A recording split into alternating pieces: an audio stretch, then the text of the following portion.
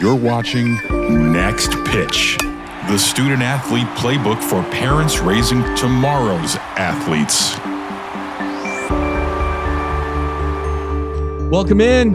Anthony Leverett's here, host of the Next Pitch podcast. And Dusty Hera, football season's over for you anyway.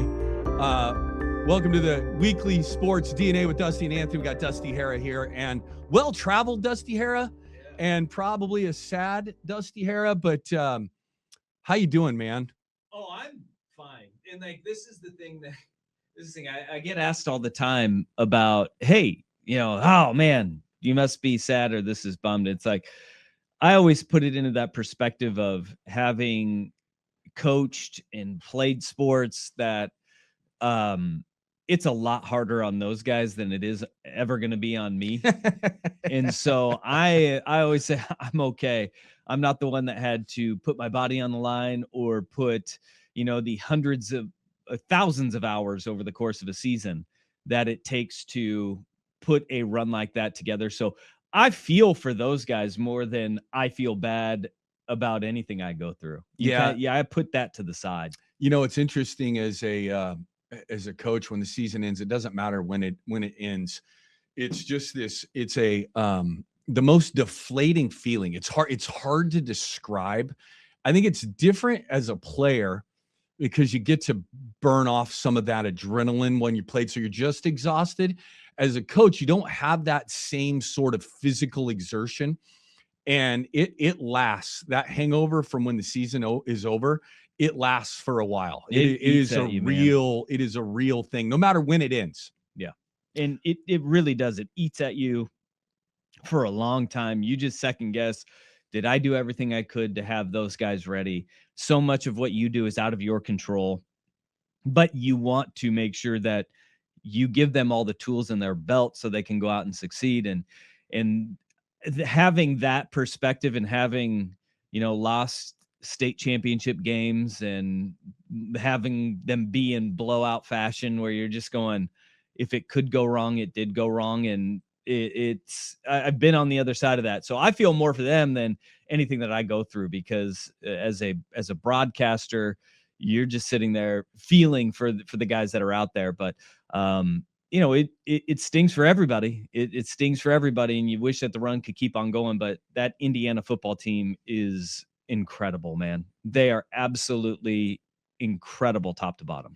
Well, let's start with that game. We're going to just spend a short period of time recapping here, and then we'll do a preview of the national championship game next Monday morning, right before on game day. But what did you take away from that game? Did Oregon play that poorly? Because on TV it didn't look like they played well, but Indiana had a lot to do with that, right? And I mean, people say this all the time, from the first play of the game, it just looked like from the first play of the game, it looked like Indiana was more prepared and ready to roll. What was your takeaway just standing down there close to the action? It was that elite teams create their own luck. Yeah. And that is what happened on Friday night.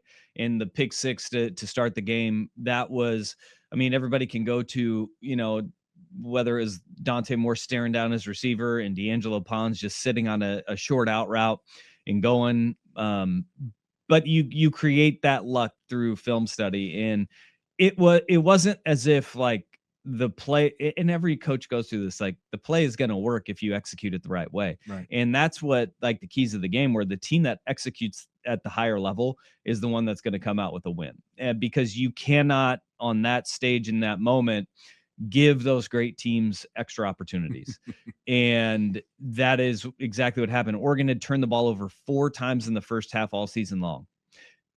They had 3 turnovers in the first half against Indiana. And some of them were fluky, like the mesh point where your running back runs into your quarterback on a play that they've probably repped hundreds of times in practice. How much do you think that kid had repped it hundreds of times? Yeah. All of them do. Yeah. It doesn't matter how many backs are in there. It's a rotation where you go through, and that mesh point, it's a little bit of a narrow whether it's a narrow step from the running back or it's Dante Moore not taking a big enough step backwards to create that separation, probably a little bit of both right there, causing the ball to hit the shoulder of I think it was De'Air Hill. Yeah. It happens, man. And they do rep it a ton. And like, that's one of those fluky ones where you run that play 100 times. It's probably the only time that happens, but it happened at the worst possible time for Oregon. The interception too is, you sit there and Indiana does a phenomenal job of disguising their coverages, but you think you get the look in their corner is as good as they get. D'Angelo Pons is an amazing corner, and he just sits on it. You stare him down a little bit too long, and you had numbers on the other side of the field. I mean, I don't think that it is the wrong play calls in any of those situations. It's the execution of them. And that's what it comes down to. And, on some of them, it's not just one person to blame. It's guys making great plays on the other side of it too, and mistakes happening on your end. I think overwhelmingly just I watched the whole thing, that Indiana's just a better football team right now. Yeah. They got in kind of every way, shape, form. And that is not an indictment of your program being bad, right? Mm-hmm. You get to this point in the season, you're playing great teams and very well coached teams. And right now, Indiana looks as good as any football team in college football has looked for a long time. Yeah. And look, I go to the preparation was there. I thought the coaches did a really good job of getting them ready, because you look at, the opening play may have been as bad as it could possibly get, where it's a pick six the other way. But then you go to, all right, the next drive for Oregon, that was their scripted drive. And they marched right down the field, and the looks that they thought they were going to get, they were getting, and the execution was at a really high level.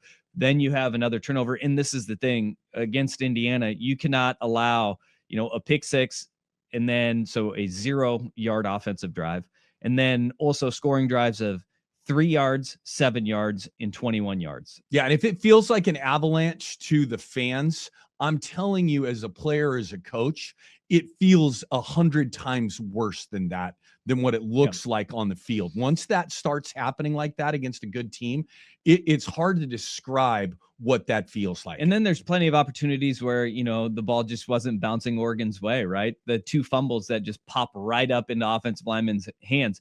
But this is where great teams create their own luck.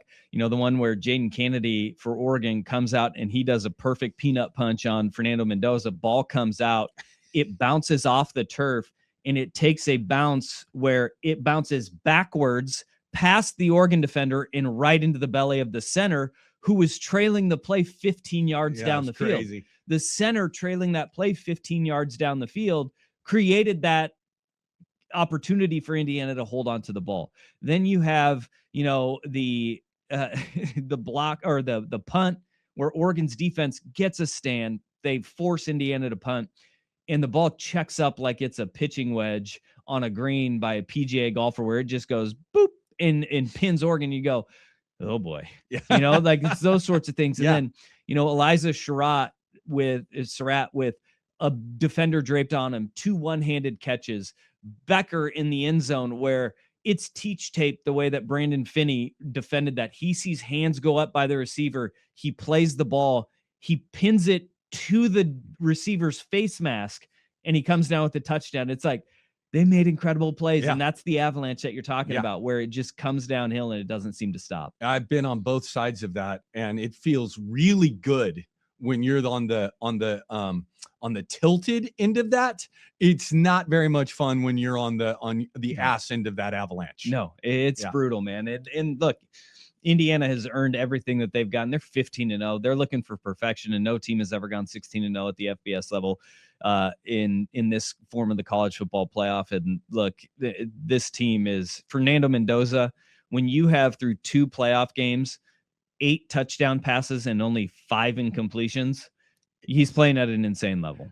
And he's the best interview I've ever heard in my entire life. Not in maybe like, he sounds like a rocket scientist playing football. Mm-hmm. It's the craziest thing. And I think it's authentic. Like it's like ChatGPT answering, but it's a human being that's actually talking to you. Yeah. He is a different cat, but legit. I don't think it's an act. And that's the thing is, when you are genuine with who you are, everybody will rally around you. Totally. And that is, we see that with, the perfection of a human being, whether it's Fernando Mendoza or it's like Tim Tebow was like this, or if it is a guy like, and I mean this genuinely, if it's a guy like Johnny Manziel, who's completely flawed in every way, but when he was at Texas A&M, everybody rallied around him because that's who he is. That's right. And what you see is what you get. He's not trying to be anybody else. No, he's just being himself. He is who he is. And as long as you're genuine, people are gonna rally around you. Yeah. All right, let's talk about the other game real quick. It's been broken down to ad nauseum by this point in time.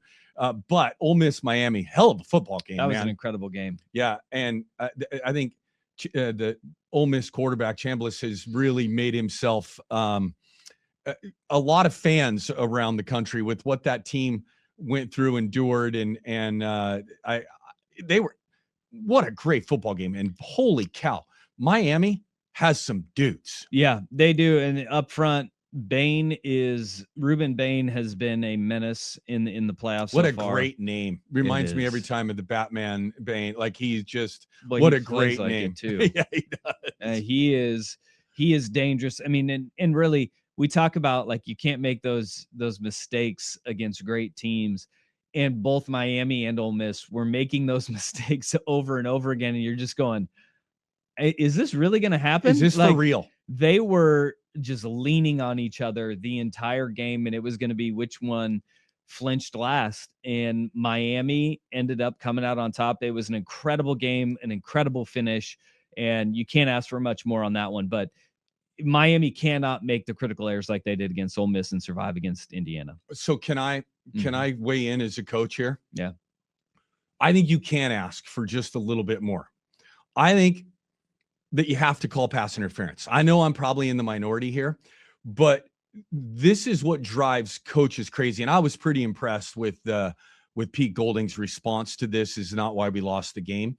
And it's not why you lose the game, but if a penalty is a penalty on the first play of the game, it damn well better be on the last play of the game. And all you ask of your players is to be consistent. Coaches get judged on consistency, right? And do we win? Do we get more things right than we get wrong? If we don't win, we get fired.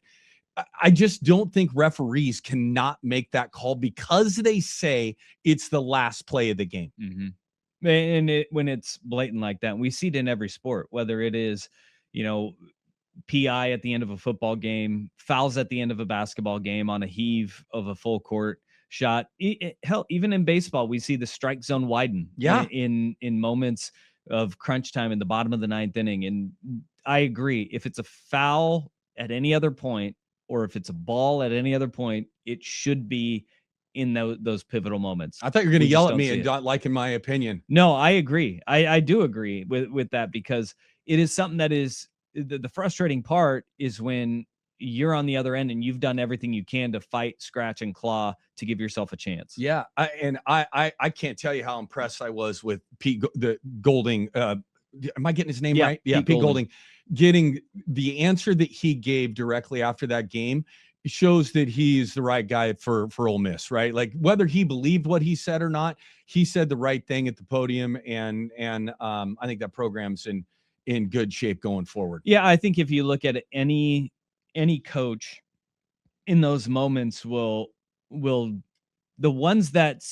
place the blame somewhere else are the ones that are not going to be the successful ones moving forward. Totally. Because as a coach, you look at every other opportunity that your team failed to get, right? Where you were settling for 3 so many different times instead of getting 6 points on the board. You missed a field goal in that game as well, where if you make that field goal, then it isn't we have to get a heave for a touchdown. It's we have to get into field goal range to get one more to score. Every play matters. It is one stop in the, in that first or second quarter where Miami scores a touchdown in the second quarter. You get a stop there, and you're not put in that situation. So you're telling me every play matters. Every single one matters. Including that last one. And so that last one also matters. But if you want to sit there and complain about that, then you've got a bigger issue. That's right. Because then your guys get the green light to do that moving forward. Totally. I just think for officiating out there and saying that it's the last play of the game, we're going to have a different standard for it. I think that should go away. Yeah, Okay.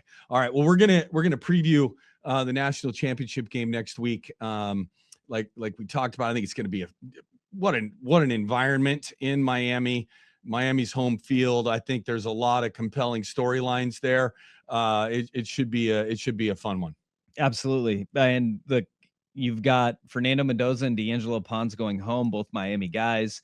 Miami playing in their home stadium for a national championship game as the road team. Indiana chasing perfection 50 years after their basketball program had a perfect season, in the last team to do it in the sport of basketball. In Indiana, man, those fans, they travel. There were 75,600 and something fans in Mercedes-Benz Stadium in Atlanta. And I will tell you what, it was 65,000 Indiana fans, about 5,000 Oregon fans, and 5,000 people from Atlanta that were just there. Well, I think you can officially say Indiana is a football school. They are, and the people were wearing sweatshirts all around town that said football school. Yeah, it's good stuff. They have transitioned. Well, speaking of football schools, there's a reason why they are the transfer portal. Let's just have a quick update on the transfer portal, on anything that big that's happened here. Last I saw, there were 5,500 kids in the portal. Mm-hmm. I'm sure that's gone up since I saw it last, or maybe it's gone down now that some of them have gone out. But how many officially have entered will be interesting by the end of the period. What are to you kind of the biggest takeaways so far of signings, which seems crazy to say about college football, mm-hmm. but what's the biggest takeaway so far for you in some of the additions or subtractions for some of these top programs? I think that the transfer portal gets inundated every year, and there's guys, and we've always thought that the cautionary tales of the guys who enter the portal and end up not finding a spot would slow things down. But the reality is that we don't look nearly enough at how many schools are in one of these boats. You first have coaches that leave or get fired. And as much as we'd like to think that players go to a school for the school itself, that's not it. Can I dispel that myth right now? Yeah. Yeah. Every single kid in the history of ever in Division I athletics and maybe not just Division I athletics, mostly athletics, goes to the school for the relationship with the coach and the opportunity to be developed as a player. Those are the people that gave you the chance and gave you the opportunity and believed in you. Yeah. The school didn't. No. The school could care less. Yeah, that's right. The coach did. And so when the coach gets fired, the coach leaves for another job, obviously there's going to be a wave of players that go. Also, there's this thing that people don't want to acknowledge, but it happens and you hear about it all the time, is there's this unrecruiting of your own roster that happens where coaches say, we only have so many seats on the boat. And look, we recruited you. We thought that you had the upside and the talent and the development, but for one reason or another, it's just not working. And so there is this unrecruiting of rosters that happens where it's not the player really necessarily wanting to leave. It is this, whether it's a coaching staff or whatever, even their agents and managers are telling them, this isn't going to be the place for you. You need to go somewhere else and find a new landing spot. Those things happen. And then there's the dirty side of it where, there's back channeling of. You think that's happening? Yeah. Yeah. The back channeling of, hey, enter the portal and we'll bring you over here. Yeah. And then there is the kids and the families that say, well, I can get more money by going somewhere else and I'm going to go and do that. And I think everybody looks at the raw numbers and thinks that a majority of the people that are entering are ones that are trying to just get more money in NIL, when the reality of that is the smallest of percentage of players that enter the portal for that reason. Most of them are because their coach is gone, or they were essentially told in a very honest meeting with the coach that this isn't going to be really the spot for you moving forward. Yeah, which is why I think that happened before. Yeah. And you could transfer, but then you would have to sit out for a year. This is why the transfer portal is so important for young people to have mobility, is these conversations happened all the time beforehand. But if I wanted to transfer, I had to transfer and go sit out for a year and redshirt before I got to play again.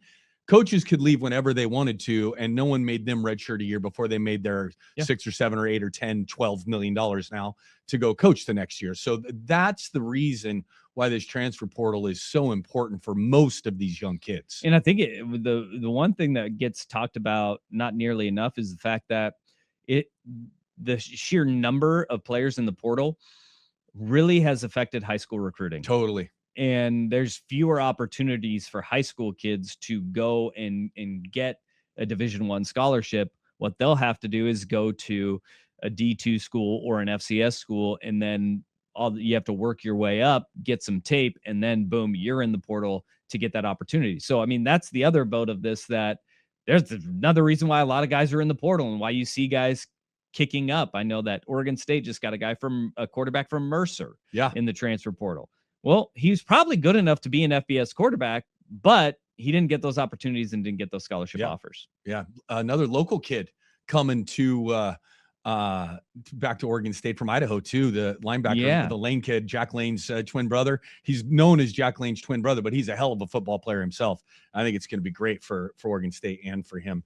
But this portal thing locally here, what's the word in Oregon? What do we got going on here with the quarterback situation? What do you know? What's out there that's been reported that is reliable information to this point? Well, what we do know about, Oregon and the way they approach the portal is they use it to fill gaps. Recruiting high school kids is their number one. And I think the last 3 years have kind of shown that with the classes that they've had, but they want to fill gaps in the roster based on the portal. You saw that with Dylan Thieneman this past year. Obviously, Dante Moore was one of those guys to kind of sit back and even wait for a year, but they will go to the portal to fill any holes that they feel on the roster. Now, there have been a lot of guys entering the portal because of, coaches leaving. You see guys that have entered the portal and committed, to Cal to join Tosh Lapoy down at Cal. And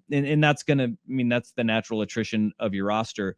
The reports are that Dylan Raiola, the former Nebraska quarterback, is already committed to Oregon, and he will be going to Eugene.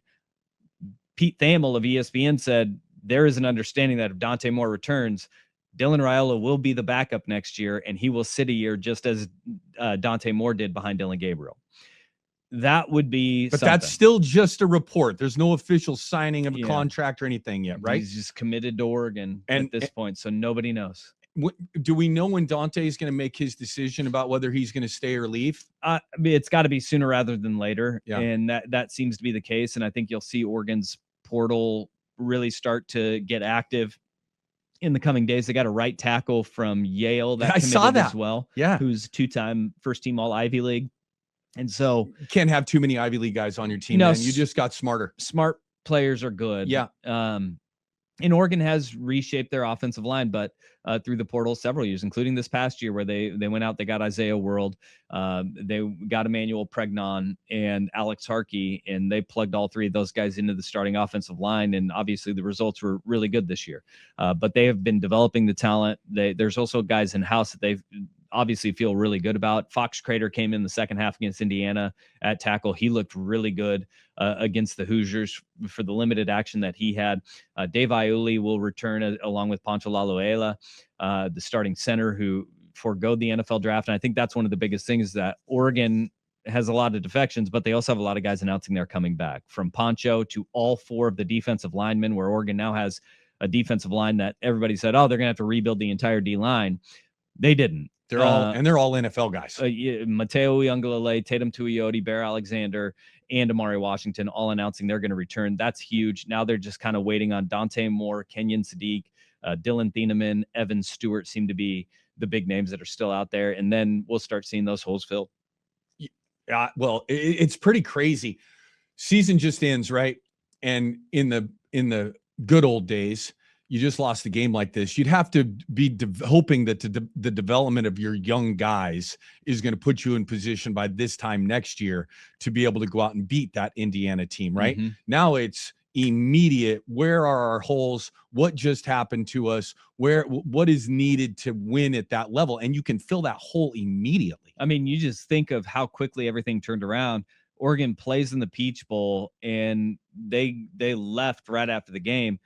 They probably get back to Eugene at 5:30 in the morning. By late afternoon on Saturday, there were reports that guys were on campus for visits and stuff, which is crazy. Nuts to just think about how quickly that turns around. It's like, we have no time to waste or wallow. We've got to get back to work. And you heard Kurt Signetti and Dan Lanning both talking about their prep for the Peach Bowl was all over the place because the portal opened right after those games got done on New Year's Day. And so they had to host portal recruits while getting ready for the semifinals. The calendar's broken. NCAA is so smart. They're such a well-run organization. Yeah. It just does not make sense. And they're all like, well, it's because the kids need to be in school. It's like, bullshit. Okay, you can figure this out. Yeah. We're going to do a whole show on this. When all the football is done here, we're going to get into kind of the sport of business and sport and kind of dive into all of these things. There is so much right about the sport, right? But there are some things, number one, that people don't understand, but number two, that are a bit broken that we can explain and hopefully the NCAA somewhere is working on fixing those things. Yeah. I mean, to say the sport is broken is wrong. It's not broken. The Final Four in college football was Oregon, Indiana, Ole Miss, and Miami. Totally. There's opportunities for universities that have never had a seat at the table to earn their spot. Vanderbilt is now a really damn good football program, and they haven't been forever. And so it's opened up the door for a lot of fan bases and a lot of schools to get an opportunity to compete at the highest level, but so many other things are broken with it that seemingly are easy fixes. Well, and any organization should be always thinking about, we just had a great year. How do we get better? Yeah. Right. Like it's not that it's bad. It's just that there's some things that can be better. And the thing, I just had a conversation earlier today with Linda Flanagan about the youth sports industrial complex, but that remembering that these are still kids, right? And the majority of them aren't going to play on Sundays. And so some of them are making money in college football, but there are student athletes that are at risk here because of their student part of that. So hopefully they can get that calendar squared away, and we'll dive into that at a different time. All right, Dusty, I know you got short time today, so I'm trying to be judicious with your time here, but I want to talk about the NFL a little bit. You got time to talk the NFL? Holy cow, what a weekend. I was blown away by the games. And I want to start with this, and then we're going to go through a couple of these games. But football, in my opinion, is the ultimate team game, right? It's offense, defense, special teams, special situations, red zone offense and defense, like all the things, right? And then you get to this point in the season, and the team with the best dude is winning. We're big time Buffalo Bills fans in our house. What Josh Allen did on Sunday, it was Sunday, is remarkable. Like unbelievable. They were not the better team, and he put them on his back and won. Like I don't know if I've seen anything quite like that in the NFL before. Josh Allen is just different. And I think what is really cool about what we're seeing in the playoffs right now is currently, as it stands on Monday, Matthew Stafford is the only quarterback with the Super Bowl ring that is remaining in the playoffs. Now, Aaron Rodgers, if they beat the Texans this evening, he could join that conversation. But when you think of Bo Nix, Josh Allen, Drake May, Sam Darnold, Brock Purdy, Caleb Williams, it is young players that have every tool in their belt that are thriving. Thriving. To watch that game and the way that it unfolded, you feel bad on one hand for Trevor Lawrence, but you are in awe of Josh Allen just taking the ball and literally running with it. I mean, those 3 tush pushes that they ran, he's a freak, where he's just barreling down the field. I love watching him play. I do too. Like he is a bigger version of John Elway. Yeah. Where it's just like, he does not care about his body. Yeah. He will do whatever it takes to win. And everybody's just knocking him for not being able to win the big game. and he now has that opportunity to get it done. And I'm thrilled for him. But that game was incredible. It was incredible, and I think the Jags are. Yeah, we talked a little bit about this before, but Liam Cohen, everybody kind of made fun of him after his introductory press conference. But I think that dude can coach, and I think quite often you just look at the team that he has, but you look at the team that he left and the impact that he's had on both of them. Oh yeah, being in Jacksonville is, I think they're set up for a pretty bright future, man. Same with Ben Johnson in Chicago and the hole that was left in Detroit, and just seeing what Caleb Williams can be in those adjustments. We saw Detroit be the team in years past that would just erase monumental holes. They scored 25 points in the fourth quarter against Green Bay and end up winning that game and are now one game away from the NFC Championship game. It's pretty incredible to see. Can I tell you how excited I am for the rivalry that now is being created between Green Bay and Chicago? Yeah, and I'm here for it, man. I love how butthurt the Packers fans are about it. Like, how dare he say that? It's like, well, you guys kicked Chicago's teeth in for 40 years. Get over it. It's some college rivalry feeling stuff. It really is. I heard Ben Johnson say the building up north. There was like he couldn't even say their name, right? Well, like and the handshake. I've been a part of a couple of those in my life. One that I'll never forget, but like they're awesome. Mm-hmm. Like that's the best handshake Ben Johnson's ever been able. And it was the quickest moment probably in his life. It was awesome. I'm here for it. And he doesn't, the idea that he needs to sit there and have the conversation with LaFleur, he doesn't. No. He just wanted to go and celebrate. And Matt LaFleur did the same thing to him. Like, you know what, whatever. Like, I want to get out of here too. So let's just get this over with. And Ben Johnson went and celebrated with his guys, and it was a big moment for them. I mean, that comeback, the emotion that comes with it, like, give me more of that in the National Football League. And Ben Johnson said in his introductory press conference, beating the Packers 2 times a year is fun. Yeah. His fan base wanted a coach that would say that. Yeah. And now he's finally actually getting it done. Yeah. And it put Matt LaFleur, who is 76-40 in the regular and with one tie, on the hot seat apparently. And there's conversations about him not coming back. I know the team made an announcement today that they're going to do everything they can to work out an agreement, which did not sound to me like they really want to work something out, but we'll see what happens there. It's crazy that you can be that good in the regular season. It just shows how much that postseason means at that upper level. Yeah. And it's really hard to win. It is really damn hard to win. We've said that here on this show before. It's hard to win one game. To get to that point, it is absolutely remarkable. Anything that you're looking forward to next week in the playoffs? I know we got one more game to go, but we know where most of these teams. I think the big one for me is the Bills going to Denver. Should be.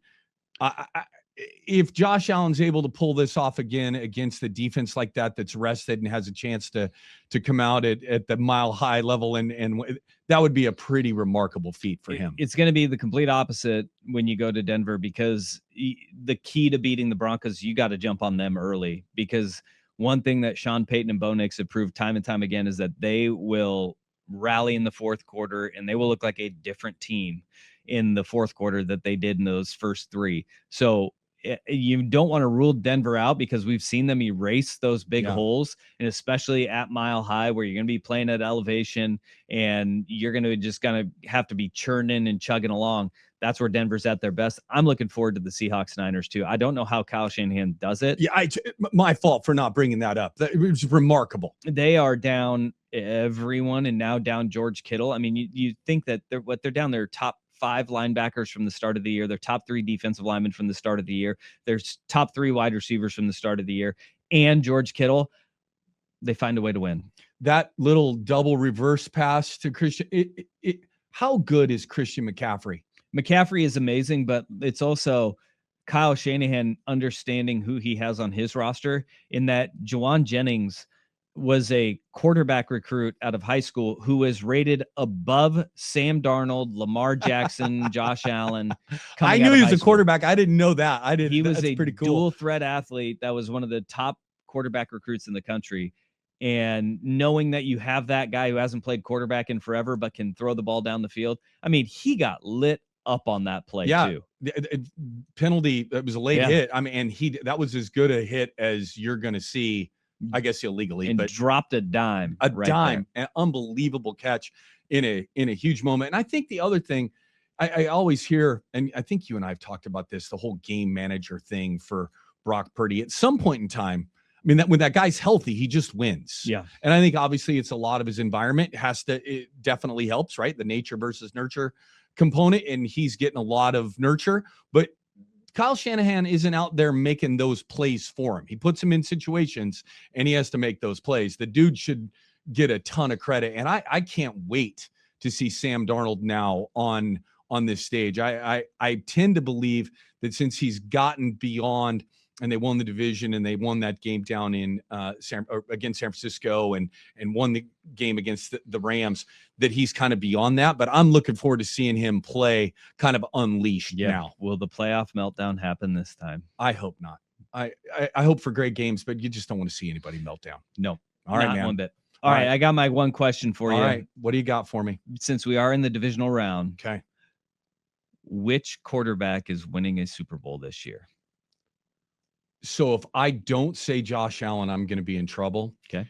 My heart says Josh Allen. But if I had to take all of my money to Vegas and do it, I'd pick Sam Darnold. Sam Darnold. I do. I think Mike McDonald, I've listened to the thing that's really come out of this whole coaching carousel thing for me is kind of some of how important those coordinators are to those organizations. And you can see it all over the NFL right now. Mm-hmm. And he seems to be an unbelievable leader of young men. And he has a defense that is playing remarkably well and seems to have empowered Sam Darnold and that offense to go do some really, really amazing things. And they're playing in Seattle. Yeah. If you haven't been there, that place is crazy. It is loud and it's got to be worth the touchdown to them. I think if I had to bet, it'd be Sam Darnold. All right. You? Let's get it. This is a really tough question for me. Because the injuries with the Niners are going to catch up, and I don't think it's some point in time. The Rams just flirt with disaster, and he's already won every turn in Matt Stafford. I'm gonna go CJ Stroud. Wow. The defense of the Houston Texans is amazing. They are legit. And if the offense can start to wake up and go, this is as open as it's ever been, I'm going to go Stroud. All right, man. Well, good show today, man. All right. Appreciate you being here. I know you've been running around like crazy. Remember, if you like us and you like what we're doing, share it with a friend. And we will be back next week with the gift that keeps on giving, more football. And Dusty, have a great week, man. Hey, thank you. You too.